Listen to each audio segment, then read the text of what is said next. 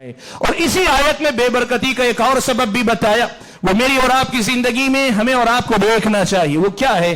آدمی جب اللہ تعالیٰ کی راہ میں خرچ کرنے میں بخیلی کرنے لگے، اللہ کی راہ میں صدقہ و خیرات کرنے سے روک جائے، اللہ کی راہ میں مال دینے سے میں بخیلی کرے، تو پھر اللہ تعالیٰ برکت کو روک لیتا ہے۔ اللہ نے فرمایا وَيُرْبِ الصَّدَقَاتِ، اللہ تعالیٰ صدقات کو بڑھاوا دیتا ہے، صدقات کو اللہ تعالیٰ بڑھاوا دیتا ہے۔ اللہ کے نبی صلی اللہ علیہ وسلم نے فرمایا کہ روزانہ دو فرشتے آسمان سے آواز دیتے ہیں، آسمان سے اتر کر آتے ہیں، یہ دعا کرتے ہیں کہ اللہ تعالیٰ اللہم اعطی منفقا خلفا، جو بندہ تیری راہ میں خرچ کرتا ہے اسے واپس لوٹا دے، اسے پلٹا کر دے۔ اللہ تعالیٰ یہ دعا کرتے ہیں فرشتے۔ میرے بھائیو، بے برکتی کی ایک بہت بڑی وجہ ہے اللہ کی راہ میں خرچ کرنے میں بخیلی کرنا، اپنا ہاتھ تنگ کر لینا، اپنا دل چھوٹا کر لینا، اپنی جیب بند کر لینا، اپنی تجوریوں کو لاک کر لینا۔ اللہ کے بندے محتاج ہیں، ضرورت مند ہیں، غریب ہیں، مستحقین ہیں، یتیم ہیں، مسکین ہیں،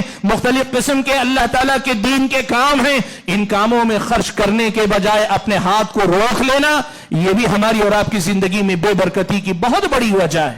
آپ کو معلوم ہے، ایک صحابی آئے، کہنے لگے اللہ کے نبی میرا ایک بھائی ہے، اور وہ بھائی ایسا ہے کہ وہ آپ کی مجلس میں بیٹھا رہتا ہے، وہ آپ کی مجلس میں بیٹھا رہتا ہے اور مجھے جا کے کمانا پڑتا ہے۔ اللہ کے نبی صلی اللہ علیہ وسلم نے ہر آدمی سے کہا ہے کہ آدمی خود کمائے، خود کھائے، خود کفیل رہے۔ آدمی کو ایسا ہونا چاہیے کہ خود کھا کر اس قابل ہو کہ دو لوگوں کو دے سکے۔ یہ تعلیم اللہ کے نبی نے دوسرے موقع پہ دی ہے۔ بیٹھ کر کھانے کو اللہ کے نبی نے کوئی اچھی چیز نہیں قرار دیا، لیکن اس آدمی کی تربیت اللہ کے نبی نے کی جو یہ کہہ رہا تھا کہ اللہ کے نبی یہ آپ کی مجلس میں بیٹھ کر سیکھتا رہتا ہے، دین پڑھتا رہتا ہے، اور مجھے جا کے کمانا پڑتا ہے۔ اللہ کے نبی نے کہا تجھے یہ خیال ہے تو کما رہا ہے، تجھے کیا پتا کہ اللہ اس کی وجہ سے تجھے رزق دے رہا ہوگا۔ میرے بھائیو، یہ غریب، یہ مسکین، یہ محتاج، یہ ضرورت مند، یہ دین کے نام پہ بہت سارے اچھے کام یہ آپ سمجھتے ہیں آپ چلا رہے ہیں۔ اللہ کے نبی کی حدیث بتاتی ہے کیا پتا ہو سکتا ہے ان کی وجہ سے اللہ آپ کا رزق چلا رہا ہو، ان کی وجہ سے اللہ تعالیٰ آپ کو رزق دے رہا ہو۔